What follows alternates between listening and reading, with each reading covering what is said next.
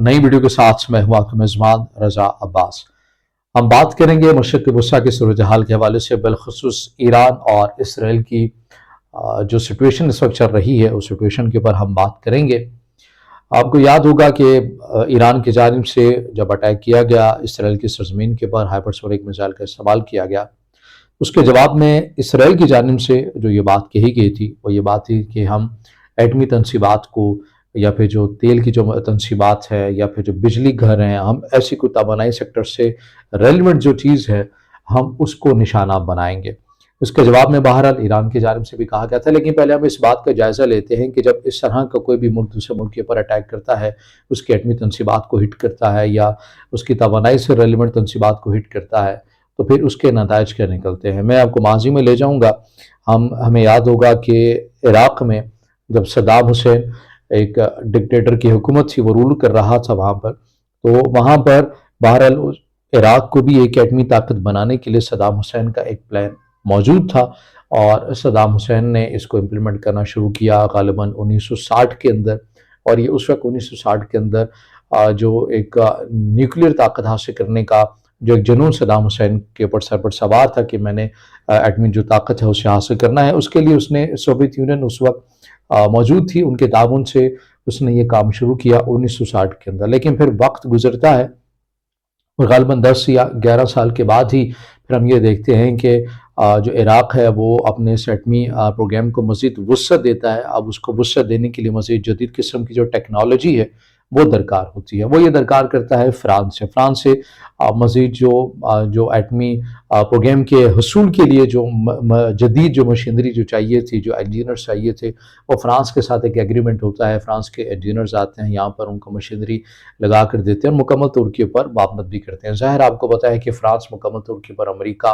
के इत्तेहादी भी रहा है, तो जो जिस भी किस्म की मशीनरी और जो भी मायदे होते हैं वो अमेरिका को भी पता होते मालूम होते हैं और इसराइल को भी बहरहाल ये जो प्रोग्राम है तमाम के तमाम ये मौजूद होते हैं। लेकिन फिर इसके साथ साथ होता क्या है, होता यह है कि एकदम से अमेरिका जो है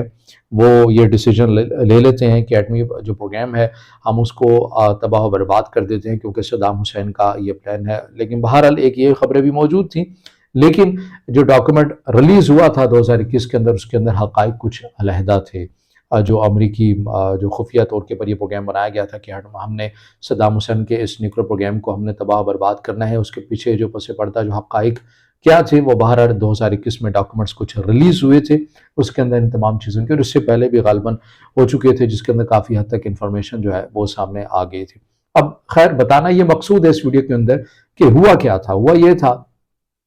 कि पहले तकरीबन ये कहा जाता है कि 2 बार अटैक किया गया था। कि पहले जो इस अमेरिका की जानिब से अटैक किया गया, उससे किसी हद तक उस प्रोग्राम को पीछे धकेला गया था, बमबारी की गई थी, मगर उसके बाद जो मुकम्मल तौर के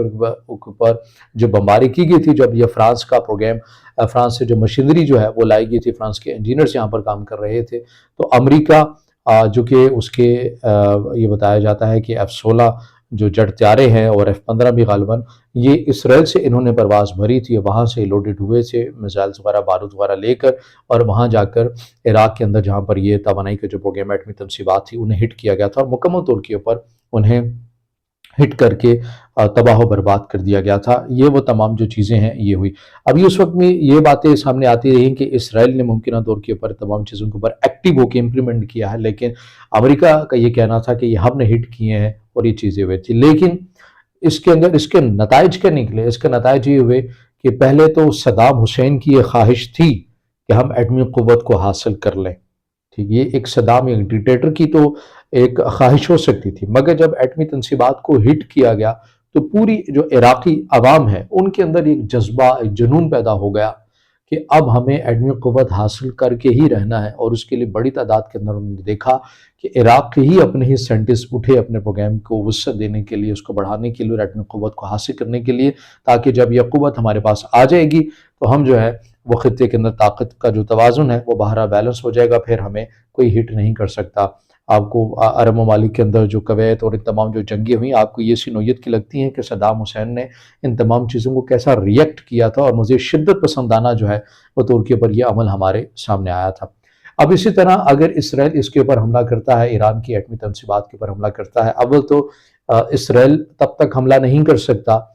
جب تک امریکہ کے وہ مخصوص بم جو کہ امریکہ نے بنائے ہی ایران کی ایٹمی تنصیبات کے لیے ہیں، کیونکہ ایران کا جو ایٹمی تنصیبات، جو اہم جو تنصیبات ہیں، جہاں پر وہ باہر متعدد جگہوں کے اوپر ہے، لیکن ایک جہاں پر مین جو جگہ ہے وہ یہ بتایا جاتا ہے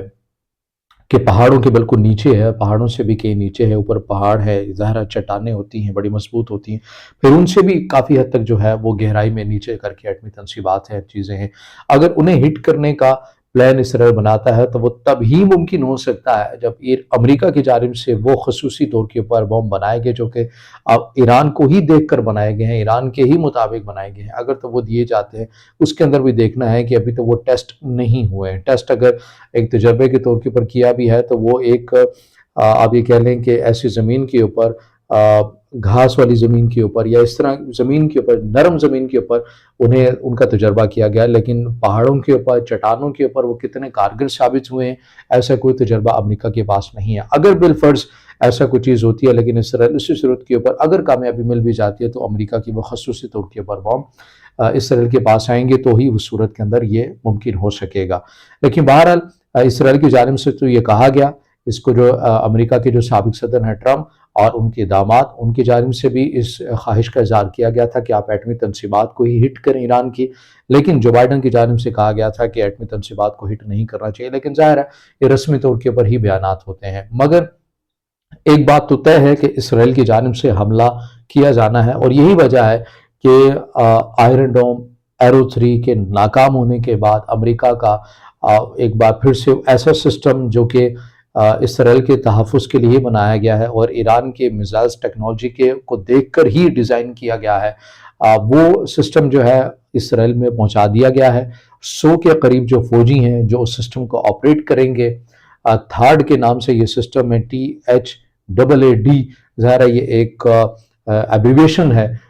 اس کے مخفف اس کے علیحدہ ہے، اور تھارڈ کے نام سے جو سسٹم ہے یہ اس کو وہاں پر اسرائیل کے اندر پہنچا دیا گیا ہے۔ 100 کے قریب فوجی ہیں جو اس کو آپریٹ کریں گے کہ ممکنہ طور کے پر جب اسرائیل ایران کے پر حملہ کرے گا تو ایران کا جو رد عمل ہوگا، جس تیزی کے ساتھ جو میزائل آئیں گے، انہیں روکنے کے لیے جو ہے وہ اس ٹیکنالوجی کو جو ہے وہاں پر نصب کر دیا گیا ہے، باقاعدہ طور کے امریکہ نے اپنے فوجی بھی وہاں پر تعینات کر دیے ہیں۔ یہ اس بات کی واضح طور کے اوپر ہمیں یہ چیز علامت ہے کہ اسرائیل کی جانب سے جو اپنے ڈیفنس سسٹم کے لیے جو سسٹم، اتنے مہنگے سسٹم ڈیزائن کیے گئے تھے، جن میں ایرو 3 تھا،